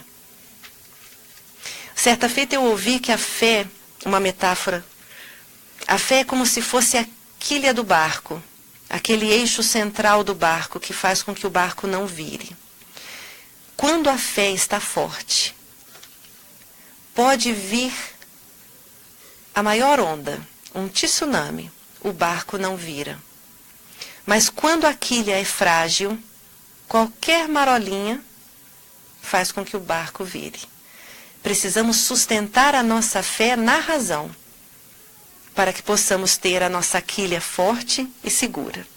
Pois certamente o estímulo ao conhecimento faz com que desse livro-luz passemos a enxergar e iluminar melhor os nossos caminhos. Faz sentido? Iluminar o nosso olhar a partir do livro-luz que nós temos nas nossas mãos, não é? Muito bem. Avançando então para o segundo eixo integrador, o nosso aprimoramento moral. E nós todos, como nos dizem os Espíritos, estamos na Terra para nos aperfeiçoarmos. Todos nós viemos para cá para nos melhorarmos. Estamos aqui para crescermos. Jamais nos esqueçamos disso. Porque quando nos reconhecemos em aperfeiçoamento e em aprendizado, também passamos a respeitar melhor o aprendizado e o desenvolvimento do outro. É o exercício da empatia e a não exigirmos que o outro seja algo que ainda sequer somos. E passamos a respeitar melhor os processos. Essa imagem nos define muito bem. Todos nós estamos em construção. Todos nós estamos em construção. O problema não é apenas de saber, é o de reformar-se cada um para a extensão do bem. Todos nós estamos em plena reforma íntima, em pleno canteiro de obras íntimo, porque a transição do mundo exterior vai depender da transição do mundo interior. Precisamos iniciar essa transformação, prosseguir com ela, com bastante entusiasmo e afinco, pois sabemos que fazer reforma não é fácil. Ou é? Aqui é? Lá não é muito não. A gente prevê um tempo, prevê uma verba, e não ocorre no mesmo tempo, e não ocorre, a gente não gasta aquilo que planejou, né? Triplica. Iniciamos uma obra sem saber quando vamos concluí-la, mas realmente é um investimento da providência divina. Nós tendemos a pagar a prazo as dívidas que contraímos à vista, mas nós temos a encarnação as encarnações pela frente para podermos, no mínimo, diminuir um pouco o nosso saldo devedor, não é? Essa imagem aqui eu estou compartilhando porque eu também não entendi. Se alguém souber, por favor, me avise. Mais difícil do que isso, só a reforma íntima. Não tenho a menor ideia do que seja esse cálculo. Dizem que é da física quântica e dizem que o resultado é -1. Eu concordo plenamente. Se alguém tiver algum resultado contrário, por favor, nos explique. Mas concordo que seria muito mais fácil aprendermos isso do que a reforma íntima que nós temos que fazer todos os dias, nos convocando também a ações bastante sérias. Nada vai embora sem antes ter nos ensinado o que precisamos saber. E nesse processo não existe derrota. Isso é importante nos lembrarmos. Ou a gente ganha, ou a gente aprende. Não perdemos. Nesse processo da reforma íntima, nesse processo do autoaprimoramento, não existe derrota. Apenas aprendizado. Ou aprendemos com a vitória, ou aprendemos com o erro. Mas não existe a derrota. Sempre é aprendizado. E nos lembramos também da nossa querida Joana, quando nos alerta que esse processo de reforma íntima, ele é de dentro para fora. Ele não se restringe ao verniz social e à transmissão de conhecimentos. Ele se forma numa integração dos deveres conscientemente aceitos para o nosso desenvolvimento. Não podemos, então, apenas nos limitar àquilo que está nas aparências, na superficialidade. O processo educativo é um processo profundo, profundo. Transcende as palavrinhas mágicas. Percebem? A gentileza, as palavrinhas mágicas são fundamentais, mas o processo educativo é mais profundo. Alguns grandes mártires da humanidade sabiam as palavrinhas mágicas. Eram muito gentis, eram muito polites, mas não necessariamente conduziram adequadamente para o bem da humanidade a sua inteligência. Entramos de novo nas reflexões iniciais sobre o desenvolvimento moral. Então, esse é o processo no qual todos nós estamos inseridos. E aqui a metáfora que nós compartilhamos. Quando um ovo se rompe de fora para dentro, a vida termina. Quando um ovo se rompe de dentro para fora, a vida começa. É de dentro. Novamente, in para out. É um processo que legitima a própria etimologia da palavra educação. Educere, extrair. É de dentro para fora. Esse movimento de transformação. E não nos deixemos seduzir pelas aparências, pois o processo de reforma íntima é silencioso e só nós sabemos o quanto nós andamos no nosso processo evolutivo. Nem sempre aquilo que a gente conseguiu desenvolver dentro de nós, o outro vai ver ou vai reconhecer. Nós sabemos intimamente, silenciosamente, os esforços que fazemos. E para muitos, andar um passo vale muito mais do que aquele que anda 10 e que ganha a medalha. Vai do esforço de cada um. É um trabalho invisível. É um trabalho invisível. Pois bem, e assim, queridos, chegamos no nosso terceiro eixo e último eixo, transformação social. Somente o Espiritismo, bem entendido e bem compreendido, pode tornar-se, conforme disseram os Espíritos, a grande alavanca de transformação da humanidade. Precisamos transformar essa humanidade e para isso precisa chegar nas mãos. Vimos a cabeça, vimos o coração, estamos nas mãos. Transformação social é agir, é ação, é efetivamente trabalhar. A nossa querida Meimei nos diz, nessa mensagem belíssima que todos vocês receberam nas pastinhas, comemorativa dos 100 anos da evangelização na FEB, que nós, enquanto espíritos, estamos todos em aprendizado da intelectualidade, da emoção, com vistas a nos tornarmos servidores de Deus. Ela nos diz, para que a humanidade alcance um melhor patamar evolutivo, a educação deve associar inteligência e moralidade, cabeça e coração. Mas ela prossegue. O indivíduo educado intelecto e moralmente se transforma em servidor da humanidade, em instrumento de Deus, contribuindo para que a fraternidade se estabeleça definitivamente no planeta. Isso só irá acontecer se a educação viabilizar a transformação íntima do espírito. É isso que nós estamos almejando, a transformação íntima. E nós também nos lembramos com muito carinho dessa história de Irmão X, no livro Cartas e Crônicas, chamado Consciência Espírita, que consta de uma forma muito bonita, narrada por Humberto de Campos, que Allan Kardec, enquanto estava ainda organizando o Livro dos Espíritos, em um sonho, foi levado por um benfeitor amigo a uma região de profunda dor e sofrimento. E nessa região, em sonho, ele perguntava ao benfeitor quem seriam aqueles espíritos que gemiam tanto, que sofriam tanto, que gritavam tanto, que lhe cortavam a alma. E o benfeitor ia lhe respondendo as perguntas. Estão aqui os crucificadores do Cristo para ter um tamanho sofrimento?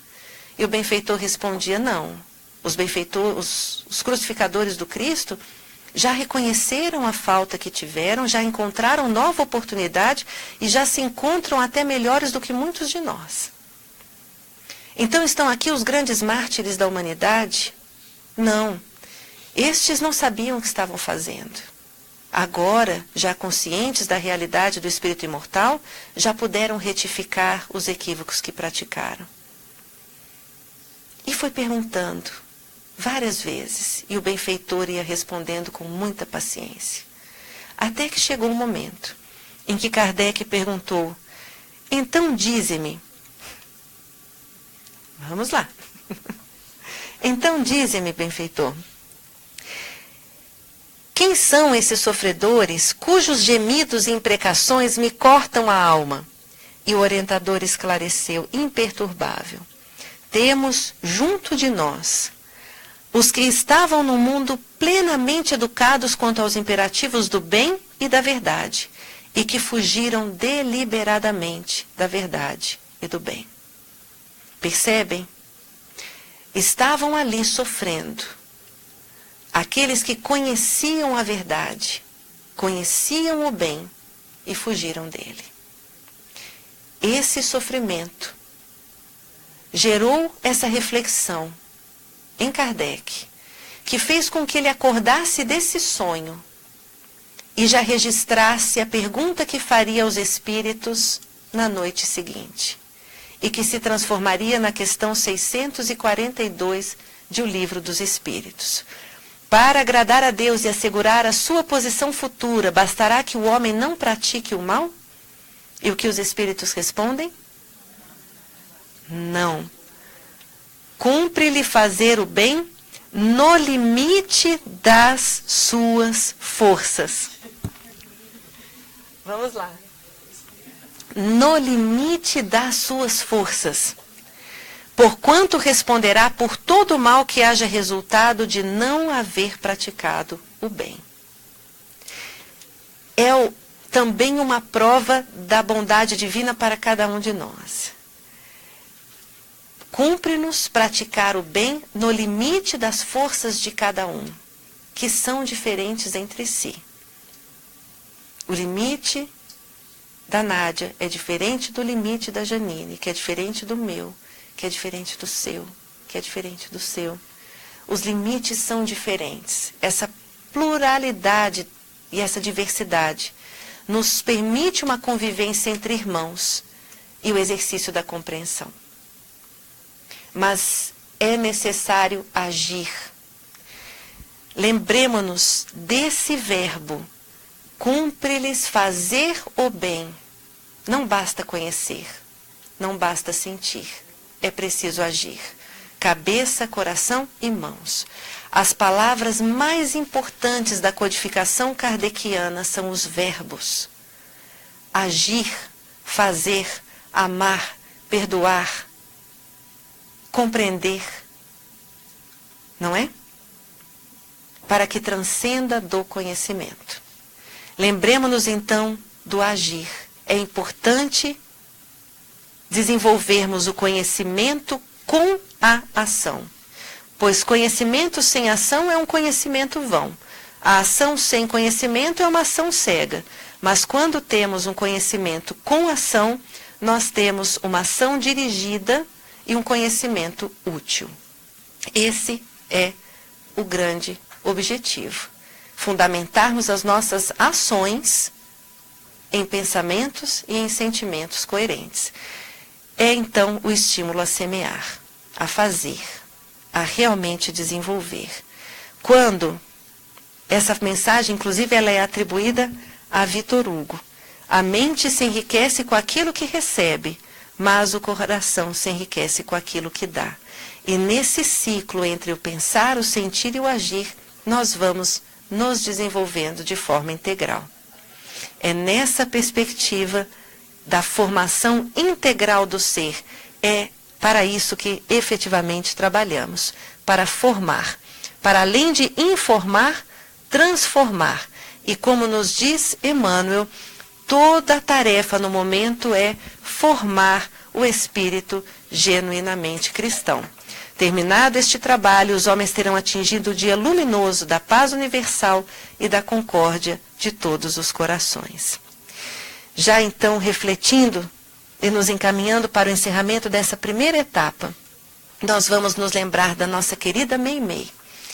Quando nessa mensagem que vocês receberam, traz uma reflexão importante que nos toca diretamente e que compartilhamos também em algumas palestras que realizamos antes desse momento.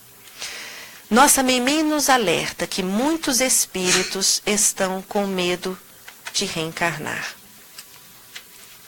Muitos espíritos estão com medo de participar de uma nova jornada reencarnatória. Medo de errarem, de falharem novamente, de entrarem pelas portas largas dos atavismos e dos vícios, por não receberem a orientação adequada no tempo certo. A falha é nossa, se deixarmos de fazê-lo. Os espíritos estão reencarnando confiantes de que serão amparados pela bondade do coração humano. É uma relação de confiança. Surgirão na vida de cada um vestidos da roupagem de crianças que imploram para não sofrerem ou provocarem qualquer tipo de abuso ou de traumas, condições que lhes inviabilizam o planejamento reencarnatório.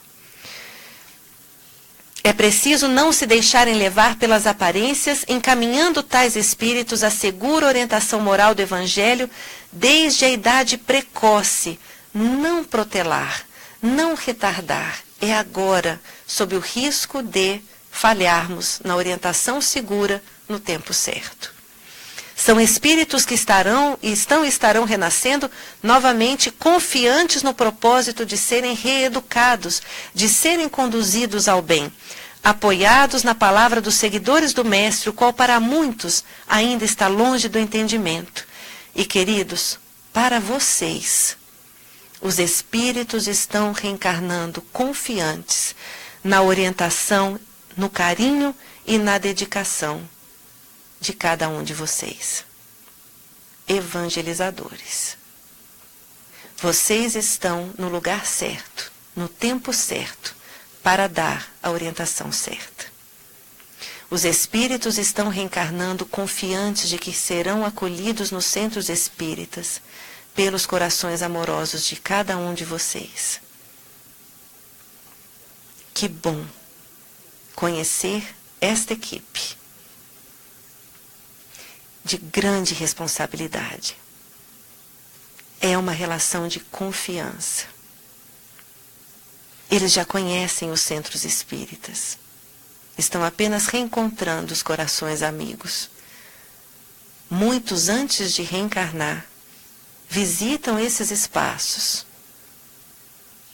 polos de luz,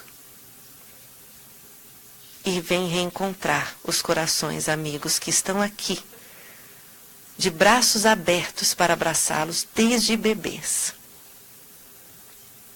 Que bom! É um investimento. Porque daqui a alguns anos, seremos nós a voltarmos. E esperamos sermos bem recebidos nos centros espíritas, desde bebês, para sermos bem orientados, bem conduzidos, para nos tornarmos servidores da humanidade. Não é? Pois bem, queridos, lembremos-nos então de que nós somos convidados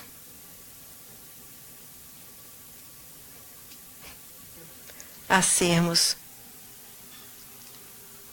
e fortalecermos a luz no mundo. Vós sois a luz do mundo. Nossa lâmpada ainda é pequenininha, poucos watts, né? Mas quando nos dispomos a auxiliar, os vanguardeiros do amor nos alimentam a lâmpada, como nos diz André Luiz. Nossa lâmpada é pequenininha, mas quando nos dispomos a evangelizar, uma equipe de abnegados, trabalhadores do mundo maior, buscam inspirar a cada um de vocês para que o nosso mundo se ilumine. E aí a nossa lâmpada pequenininha se amplia. Não é a nossa luz, mas passamos a projetar a luz do alto, deles. Somos apenas aprendizes, servidores. Mas vamos juntos. Estamos juntos? Podemos ir juntos? como equipe de Jesus em ação? Que maravilha, que bom. Queridos, nesse momento então, envolvidos nessa emoção bonita de nos sentirmos em família, a família de Jesus, nós vamos então agora iniciar uma pausa, mas uma pausa que já tem uma atividadezinha para essa pausa. E daqui a pouquinho nós vamos retomar para uma segunda etapa do nosso trabalho. Estão todos bem? Tranquilos? Então, Tininha, você quer que eu...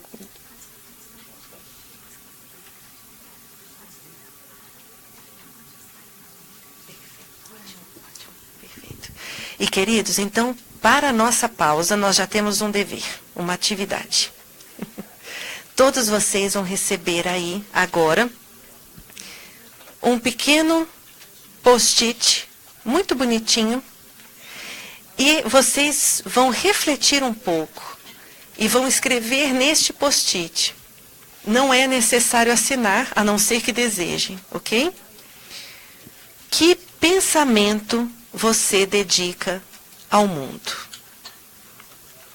Vamos refletir? Quem desejar assinar, pode assinar. Quem não desejar, não tem problema.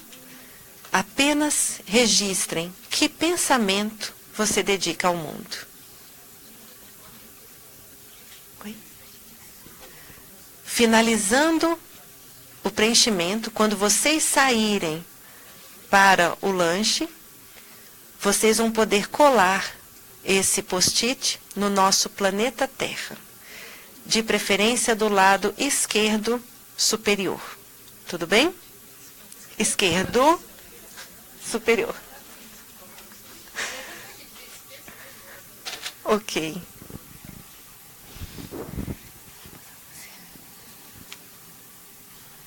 Gente, a gente gostaria de lembrar o pessoal que tem crianças, para na hora do intervalo, vai ali, pega a sua criança, vê se ela está alimentadinha. Como é que tá bom? Dá uma passadinha para ver se tá tudo bem. E a gente vai passar a palavra para Jussara e daqui a gente vai pro café. Oi. Obrigada, Miriam. Você fez a gente refletir muito. Acho que pela primeira vez eu comecei a refletir o que é ser evangelizador.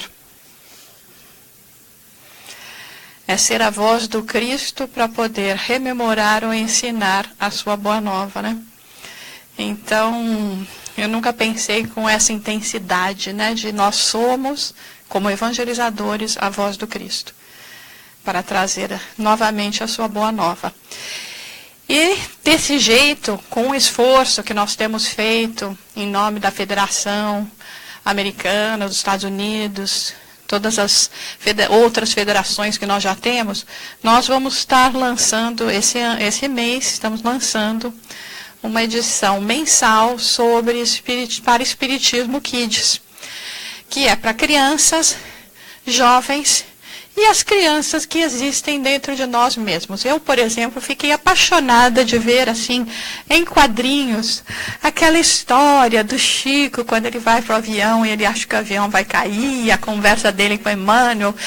Então, gente, esse está sendo um trabalho, assim, que está requerendo, assim, muita dedicação nossa, em todos os sentidos, de horas e financeiras, e que nós precisamos da colaboração de vocês. Pedimos aos centros que façam assinatura para que a gente possa ter essa revista mensalmente. Ela representa um custo, obviamente, para a federação. Os centros espíritas que são filiados à Federação Espírita dos Estados Unidos têm, além dos 40% de desconto, para aqueles que pedirem 10, ainda tem um preço com mais desconto, ainda mais especial. E para todos vocês. Para quem vai comprar como pessoa física, é menos que a entrada de um cinema. Então, nós estamos aqui falando tanto da necessidade, né, de educarmos os nossos filhos, as nossas crianças. Os nossos filhos, as nossas crianças neste país falam inglês. e entendem o inglês. E é por isso que esses esforços estão sendo feitos. E também no sentido de nós não nos acomodarmos nessa frase que as crianças são o futuro da raça humana, porque eu acho que muitas vezes quando nós lemos isso a gente fala, bom, é com a criança que está o futuro, eu não tenho responsabilidade. Eu já não sou mais criança, já lavei as minhas mãos. Com tudo isso que nós estamos aprendendo hoje, se nós não direcionarmos essas crianças, nós vamos estar falhando na nossa encarnação como pessoa e naquela encarnação daqueles que o Pai nos confiou para continuarmos. Então, eu peço a vocês que vão, procurem, façam aí a assinatura, tragam aos seus centros espíritas, nos ajudem, inclusive, com comentários, sugestões, para que a gente possa tentar melhorar e trazer de uma forma, então, divertida, ao alcance dessas crianças e jovens, aquilo que realmente vai nos ajudar a todos, e especialmente a elas, a se transformarem em pessoas de bem. Qualquer mais informação que vocês quiserem, estou à disposição. Já tem aqui na livraria alguns exemplares, e para quem quiser encomendar, spiritist.us, ou no centro de vocês também, que já possam estar encomendando. Obrigada.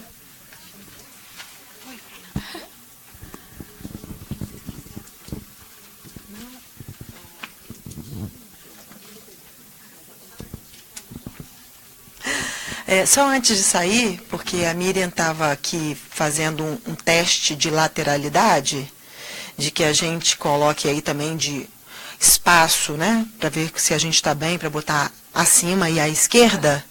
Então, como a gente tem um problema interno, às vezes dislexos, ou às vezes, né, com algum problema, queria dizer o seguinte: escolham um lugar no mundo para vocês dedicarem esse pensamento, ok?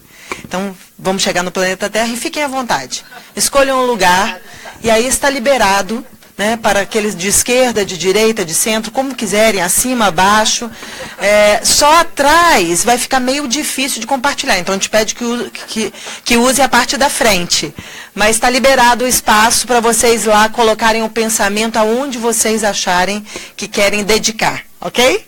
Então, nós vamos para o intervalo, porque está todo mundo muito comportado e está merecendo agora esse intervalo.